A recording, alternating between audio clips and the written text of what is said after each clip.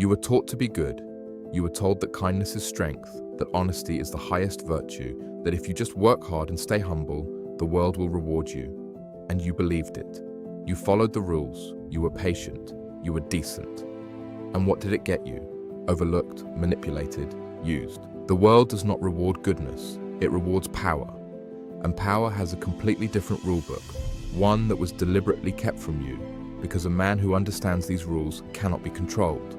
What you are about to hear is not motivation. It is a surgical dismantling of every comfortable lie you have built your identity around. By the end of this, you will not feel inspired.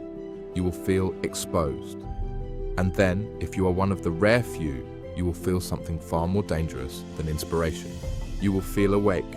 Rule 1. The world is not moral, it is strategic. Most people move through life as if the universe is keeping score on virtue. They believe suffering will be rewarded, that patience is eventually noticed, that doing the right thing accumulates into some cosmic debt that will one day be repaid. This is the most expensive belief a man can hold. The powerful do not wait for the universe to balance the scales. They understand that reality is a chessboard, not a confession booth. Every interaction is a move. Every relationship contains a hierarchy.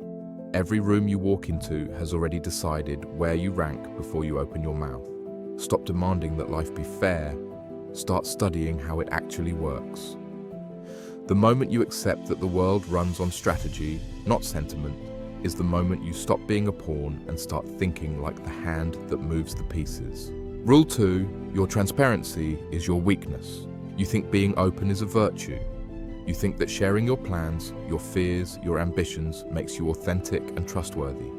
You have been conditioned to believe that vulnerability is connection. In certain private relationships, perhaps. But in the arena of power, transparency is a wound you cut into yourself and invite others to reach into. When you tell people your goals, you give them the map to your vulnerabilities. When you explain your next move, you surrender the only weapon that matters in any conflict, the element of the unknown. Silence is not coldness. Silence is a fortress. The man who speaks little forces others to guess, to wonder, to project. Control the information. Let your actions speak with the volume of thunder, and let your intentions remain dark and unreadable as deep water. Rule 3. Appear what you need to be, not what you are. The world does not respond to who you are. It responds to who it perceives you to be. Men have climbed to the highest thrones in history, not because they were the most qualified or the most righteous, but because they understood the theater of power. You are already performing. Every morning you choose what to wear, how to speak, what to show. The only question is whether you are performing consciously, with intention, with strategy, or unconsciously, leaking your weaknesses into every room you enter. The mask is not deception for its own sake. The mask is armor. You craft the image that serves your objectives, and you protect the interior self for the rare few who have earned the right to see it. Everyone else gets the performance. Most people think this is dishonest. The powerful understand it is simply fluency in the language the world actually speaks. Rule 4. Gratitude is a debt that expires. The favors you do for people do not accumulate. They expire. Human psychology is calibrated to normalize whatever it receives. The loyalty you showed becomes the assumed minimum. The sacrifice you made becomes the baseline from which they judge your future failures.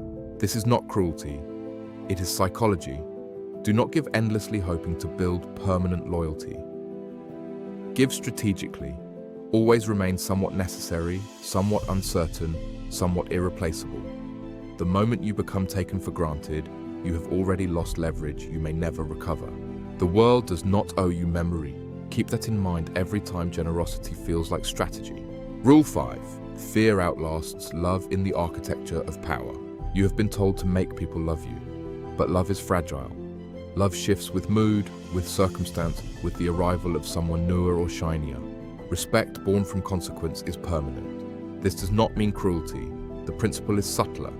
You must demonstrate clearly and without apology that there are costs to crossing you, that your boundaries are not suggestions.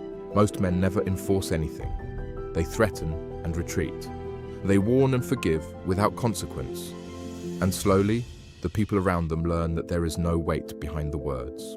Draw your lines. Defend them quietly, consistently, and without drama. You do not need to be feared like a tyrant. You need to be respected like a natural law, one that simply operates regardless of whether it is popular. Rule 6. Never let them see your hunger. Desperation is the scent predators follow. When you need the deal, the approval, the relationship, and it shows you have already surrendered the most critical element of any negotiation, the appearance of indifference. People need the way animals sense fear, and the moment they sense it, your power collapses. Walk into every room as if you could leave it at any moment and be entirely fine. Build your life so that no single outcome is catastrophic. Cultivate options. Reduce dependence. The man who needs nothing negotiates everything from a position of power. The man who needs everything negotiates from his knees. Rule 7. People do not respond to logic. They respond to emotion dressed as logic. You think the best argument wins. You have presented facts, evidence, rational cases, and watched people ignore them in favor of someone who simply felt more compelling. Human beings are not rational creatures who occasionally feel.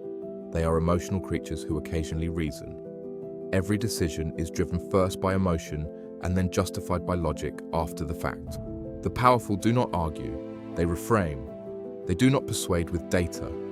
They persuade with identity. They make you feel that agreeing with them is who you are becoming. They attach their agenda to your deepest emotions: fear, status, pride. Logic closes arguments, emotion builds movements. Rule 8. Your enemies are your most honest mirror. Your enemies study you more carefully than your friends. They catalogue your patterns, your weaknesses, your blind spots. They are motivated to see you clearly where your allies are motivated to see you charitably. What does your enemy criticize? That is the pressure point you must either fortify or weaponize. What do they envy? That is your most authentic source of power. Never destroy an enemy when you can convert them. A converted enemy becomes your most loyal advocate because they know your real nature and chose you anyway. Rule 9. Timing is the silent dimension of power.